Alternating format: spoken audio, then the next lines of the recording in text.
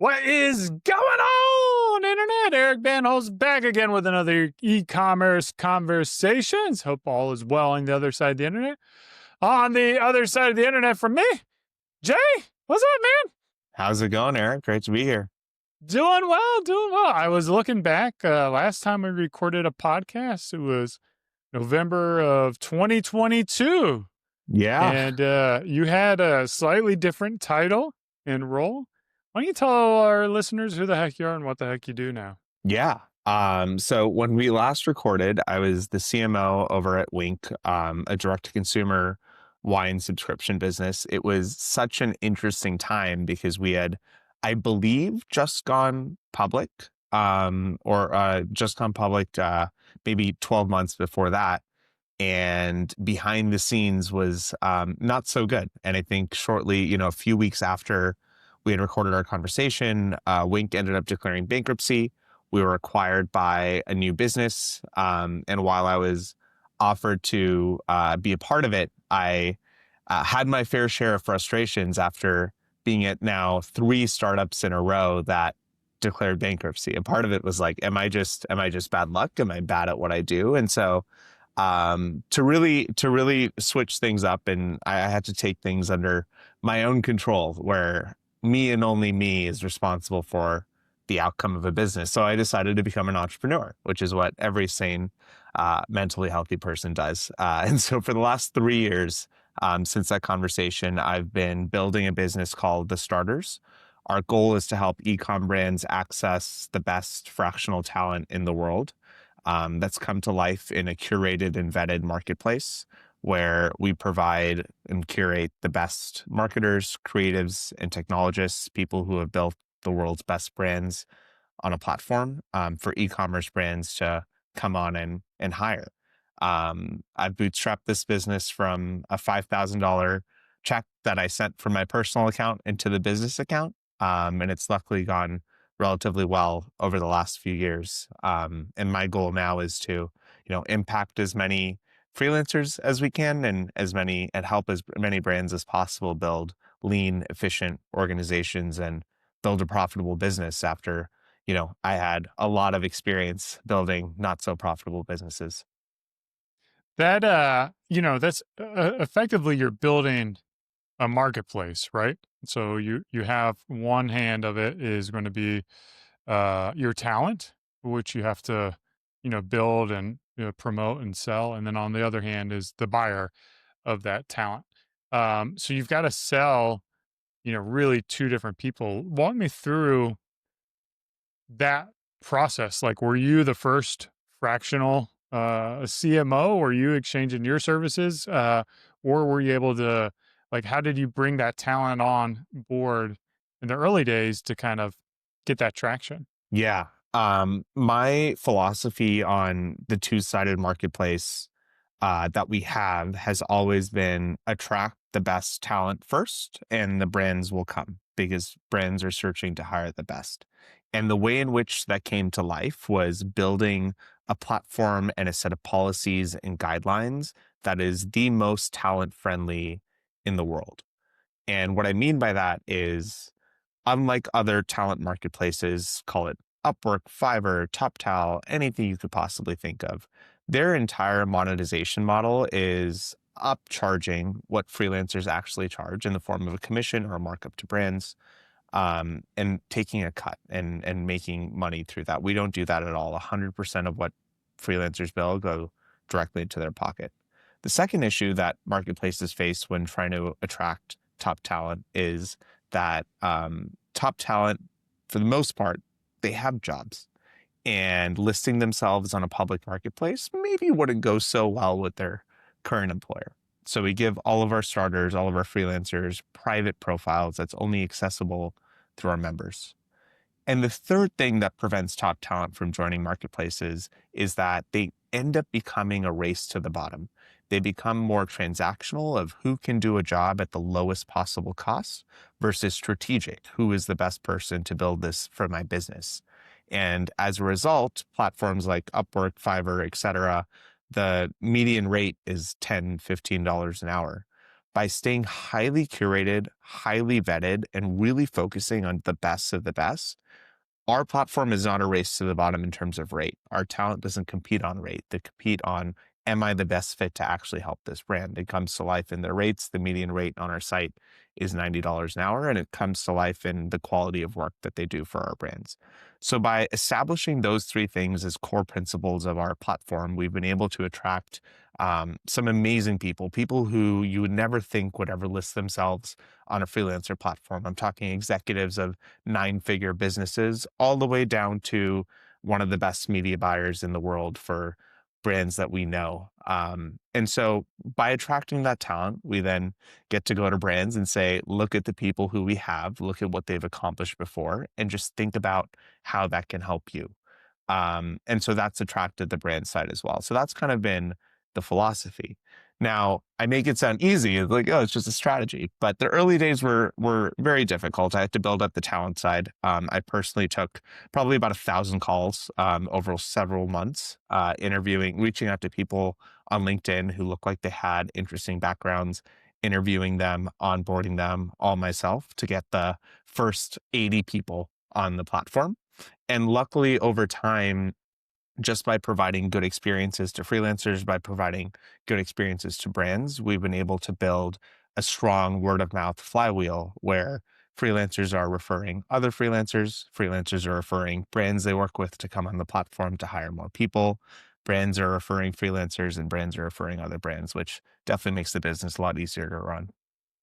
So let's dig into that a little bit. You talk about that vetting process, and it's easy to say we bring on the best, but how do you validate who is the best? Like, what is the best, and how do you define that? Yeah. So my baseline is everyone on the platform should be worth talking to. You should never feel like you've wasted a conversation.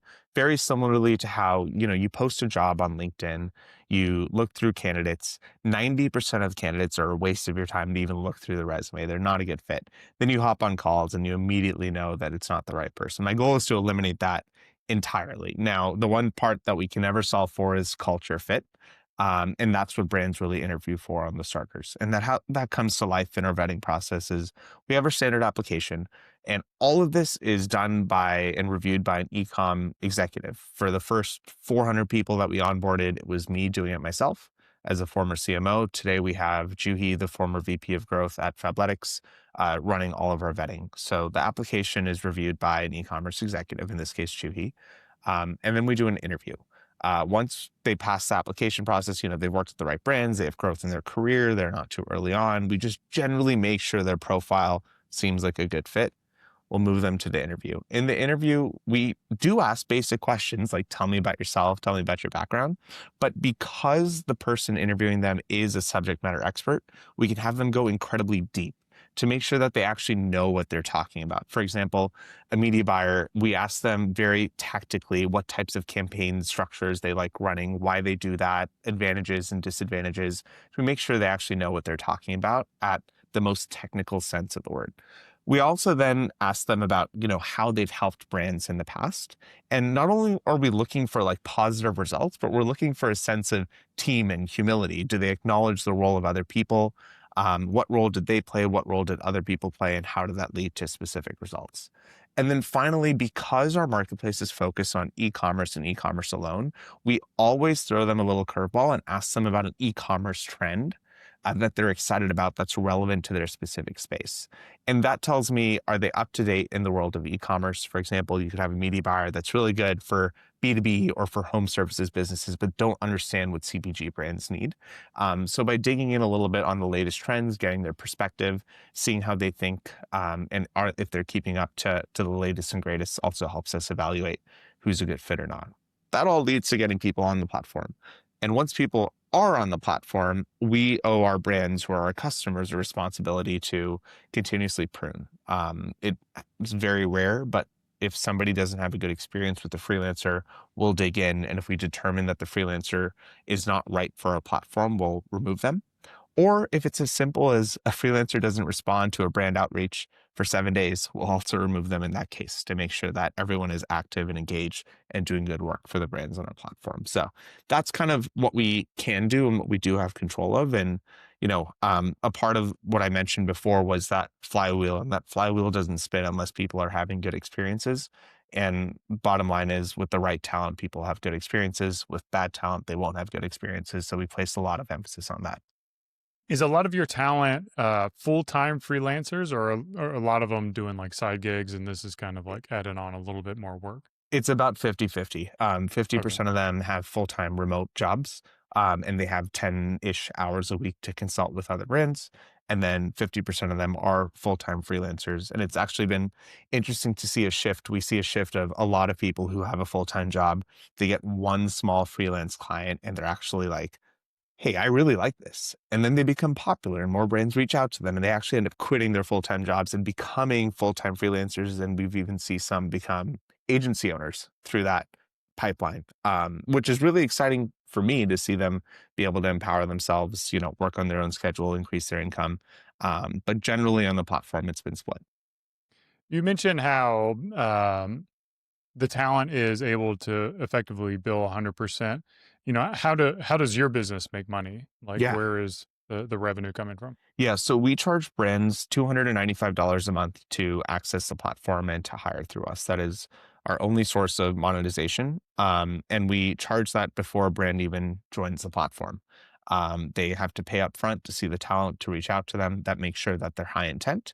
And of course, we'll offer some sort of guarantee if they don't like the talent or, we can't fulfill their needs. We'll get that back to them. But it makes sure the brands are high intent. It keeps our cut fair. This is never something that's going to grow into $1 billion business, and I don't need it to because we're not venture backed. And so I felt like, it was a fair amount to be charging brands for the services that we provide and adding outsized value to them while allowing freelancers to charge their full rate and keep 100% of that. And then, so will the brands basically pay the talent directly, Yeah, and we you're we not handling orchestrate any? it. Yeah, we Okay. orchestrate it via Stripe, but we never touch the funds. They go directly from the brands to the freelancer's account. We simply serve as a front end to orchestrate that experience, but the relationship is ultimately direct. Okay. And then, so if they are spending 300 bucks a month, um, is there a limit to the amount of fractional talent they can bring on? No, Okay. no, they So can it, hire it as would many be, people as they want. yeah, so it'd be very beneficial if you're running a small business. I would imagine, most of your brands are probably what, like $500,000 revenue up to, I don't know, $10 million revenue, or You is hit that the kind of nail the on the range? head. That's exactly right. The stage at which where like they're bringing in some revenue and they can afford to hire some support and they really need that support, but not at the point in which they're hiring full time for every single role. And so that like million to 10 million to maybe 20 million has been where we drive the most impact. We've definitely helped brands launch, pre-launch, and we've definitely helped 9-figure e-commerce brands hire freelancers as well. But that sweet spot, the people who really get the most value out of us is in that million to $10 million range. Is the work typically done on an hourly basis, or do you set up like monthly retainers? Yeah, so it completely depends on whatever a freelancer and brand agrees on. What I like to suggest for any brand listening out there, I would go about pretty much every hiring relationship like this is always start with a small sample project that's on an hourly basis that's capped at say 5 hours of time to get an idea of quality of work. If that quality of work doesn't absolutely blow you away, they're not the right fit. Because if they're not going above and beyond during the trial project, they're not going to go above and beyond in the role. And you want people who go above and beyond. After that, work together for maybe a month, 2 months, again on an hourly basis, but cap it. Get an idea of, say, you're hiring a graphic designer, like what does an hour of their work actually translate to in terms of output? A graphic designer who charges $100 an hour could work 3 times as fast as a graphic designer that charges $50 an hour, but you can't tell on the surface. And once you've established a working relationship, things are going well, then you can always shift to a monthly retainer. And I encourage it so that you're not spending all your time tracking hours. You're really focused on output. But at least at that point, generally what kind of output you can expect. So that's the path that I generally recommend. Now, whether brands or freelancers follow that is completely up to them, but that's how I make all of my hires. Now, how big is, I think you said it earlier, you started with about 80 talented individuals. How many people are on the platform now from a talent perspective? And then in what specialties can you find on the platform as well? Yeah, so we have just over 600 starters on the platform today, primarily across marketing, creative, and technology, which has been our sweet spot and kind of where we launch, right? Like, think media buyers up to fractional CMOs, copywriters and designers up to creative directors, and Shopify developers up to heads of technology or directors of data and analytics. Um, as of a couple of months ago, we've started expanding into everything else an e-commerce brand could potentially need. So physical product development and launch, operations, COOs, supply chain managers, demand planners, finance, strategic finance leads, and retail. So like helping CPG brands expand its retailer. Talent bench is lighter in those areas, but it's a huge focus for us into 2026. My goal really is like, no matter what human expertise you need as an ecom brand, you can find that on the starters. And that comes to life in expanding the functions and roles that we offer, and also ways in which brands can interact with those people. For example, you don't have to hire somebody. You can hop on a consulting call and learn from them without paying them for execution. So really the mission and vision is like, how do we translate the specialized knowledge in every possible way that an e-commerce brand could possibly need that specialized knowledge? Yeah.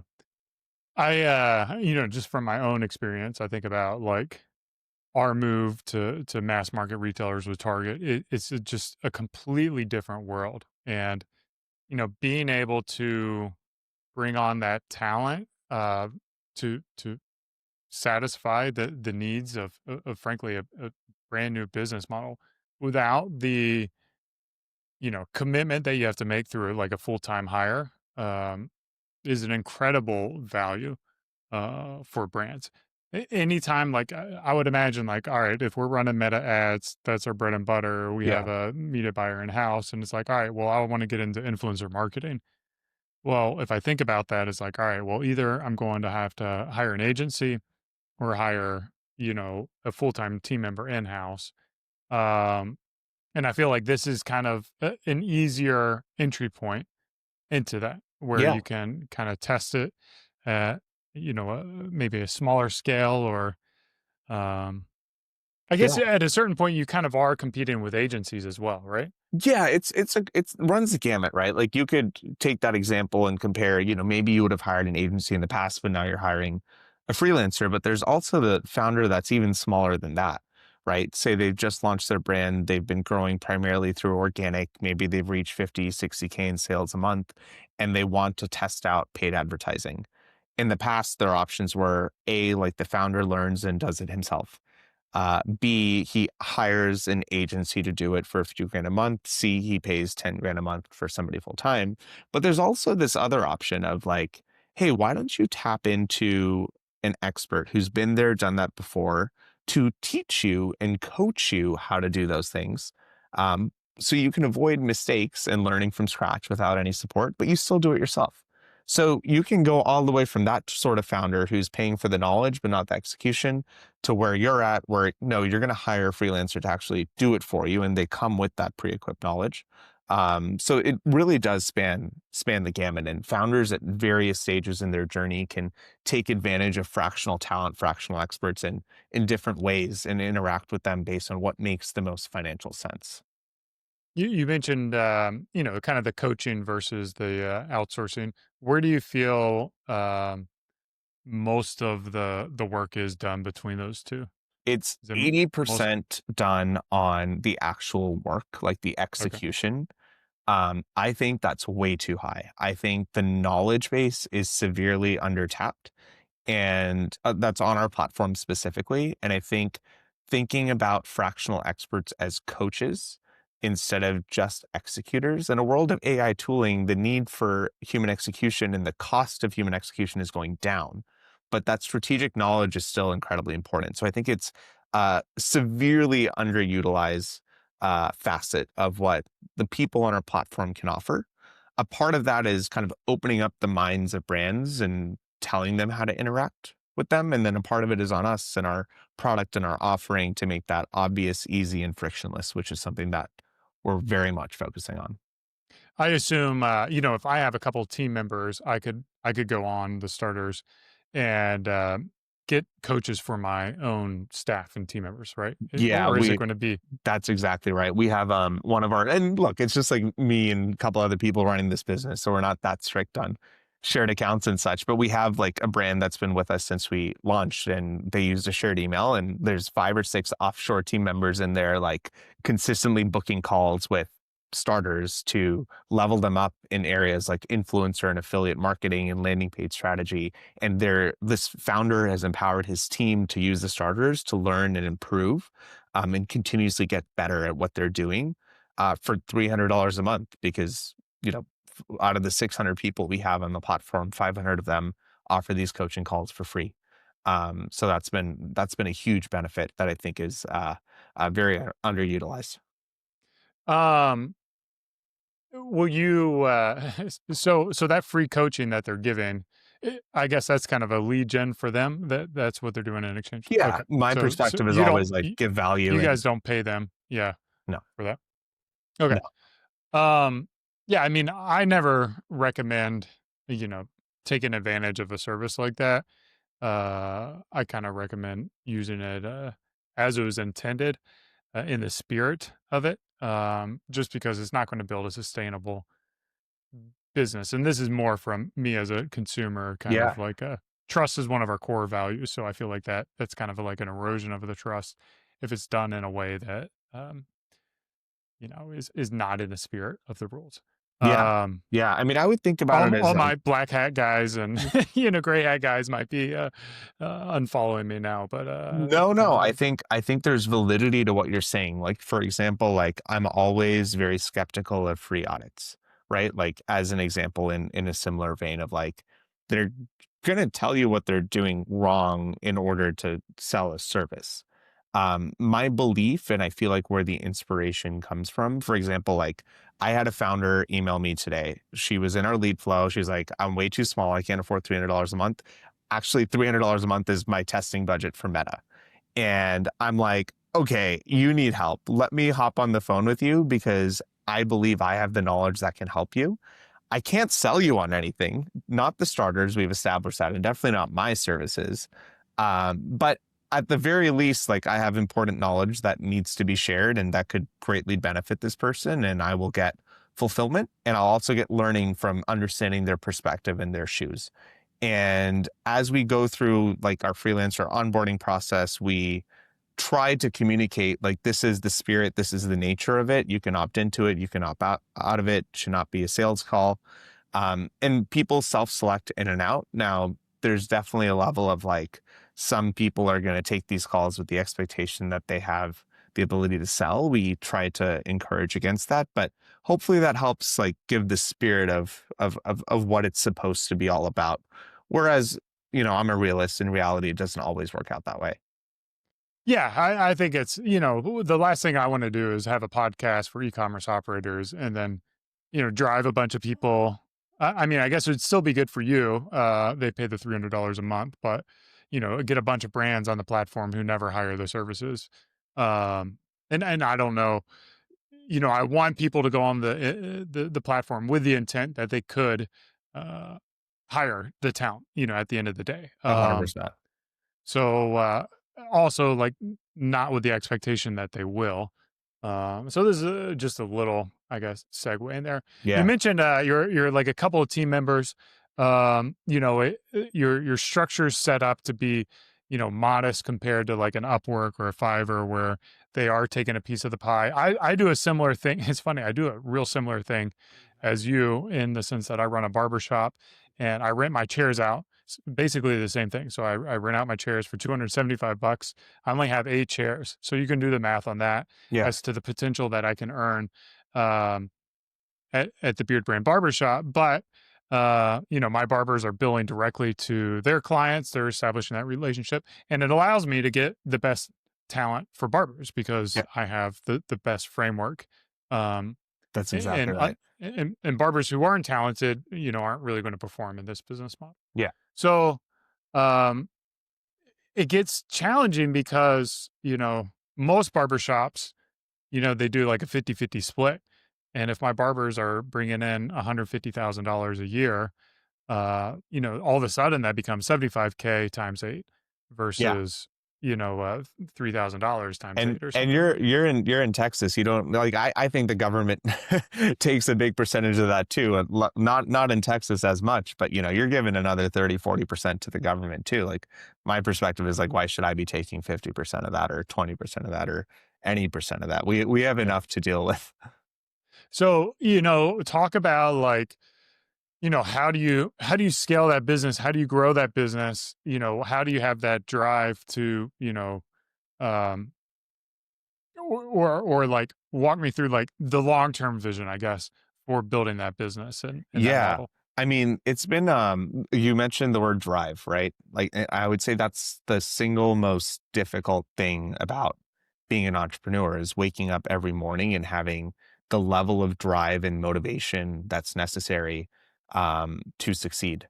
And it ebbs and it flows all the time. There are moments within a day or for an entire week or two in a row where I am genuinely lost and I'm like, I don't know where this goes. Like this is fine as it is, but I don't really feel like I have the motivation to get up and do it again.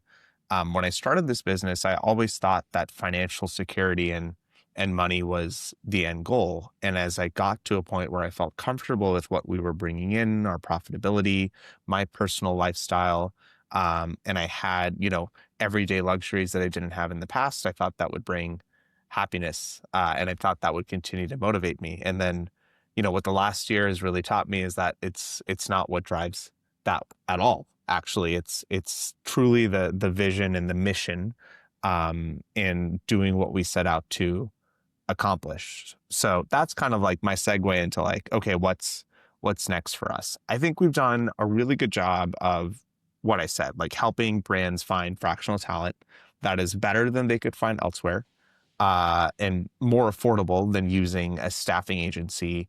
We talk 20-30%, but staffing agencies really mark up 100% plus. I think we've done a really, really good job of that. I think in the world in which we're moving into, everyone, and I mentioned this earlier, everyone is limiting the number of man hours they need by implementing AI tooling. Human execution, the cost, the value of it is going down. So the question then becomes not, I need to hire, a graphic designer to design an ad or a media buyer to type numbers on a keyboard or a data analyst to do a forecast, but everybody has tools that could do that for them. So then how does a company actually win? I think they win through specialized human knowledge that guides better decision making. And that is truly their competitive advantage. So where I see this going is how can we build an e-commerce brand's human advantage by taking the knowledge of the people that we have in the platform and making that accessible through a variety of different ways, whether that's learning courses, guides, webinars, live Q&As, more accessible consulting calls and plans to consult on a more formal and ongoing basis, all the way to hiring when it makes the most sense. So, a part of what's next for me and how I grow is today we're positioned as a freelancer marketplace.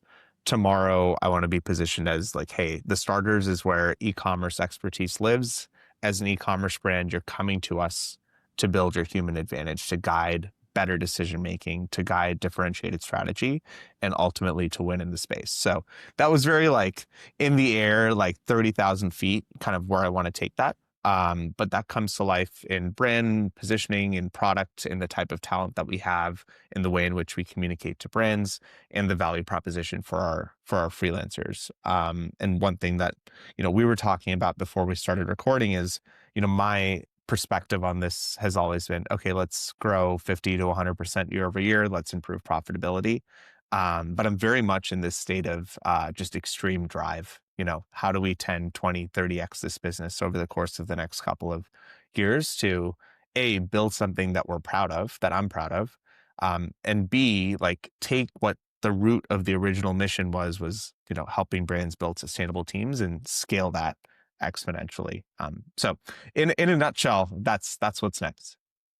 I y- I kind of want your take on this. Like when we'll bring it down to the example of meta marketing Yeah. or advertising PPC, because I feel like that's probably something we all are familiar with. Within meta marketing, there's always constant debates. Is it CBO? Is it ABO? Is it like building test campaigns and manual bidding and scaling it up? Like everybody has an opinion. It seems like there's constant arguments as to what is the best way.